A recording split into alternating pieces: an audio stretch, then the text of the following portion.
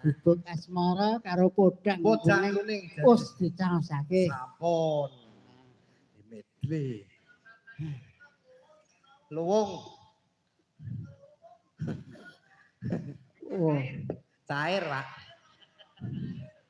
cair wong ngringkes playon ya ora masalah iya ngirit gon Pak setet kaya ana biru to abang langsung satet iya Pak Dalang terus ndi nika wonten request saking wingking ya Mas Udin mundhut lagu napa Kusuma Wijaya. Kusuma Wijaya. Sing penting kula pun matur nggih. Mengke saya diparingi sakniki napa mengke gara-gara nyemanggaken.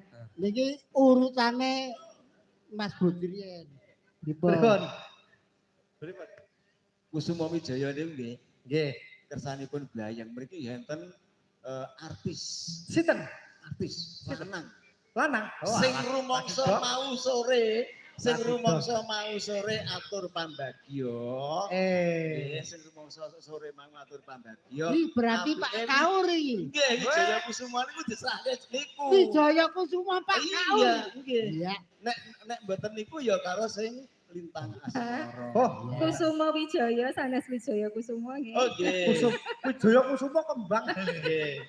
Gamane Kresna. Niku. Tak kira nek artis iki wedok Mbak Rida apa sapa ngono. Oh, alah bayok.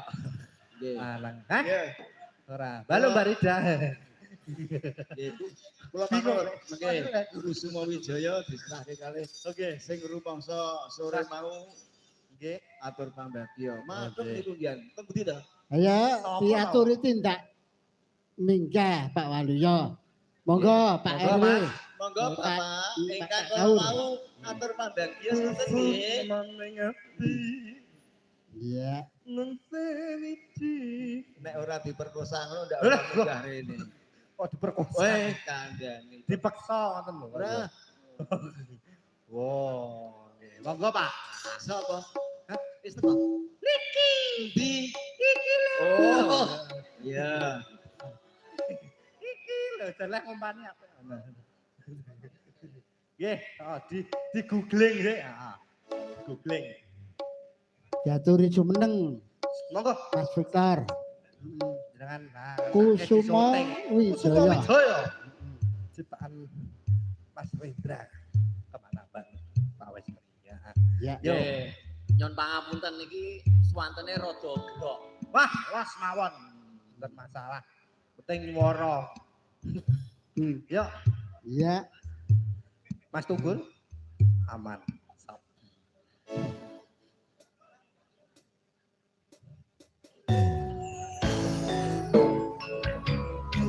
Bareng-bareng gantengnya Nyuwun walilah Mbak Anu. nggih diretaki nggih diretaki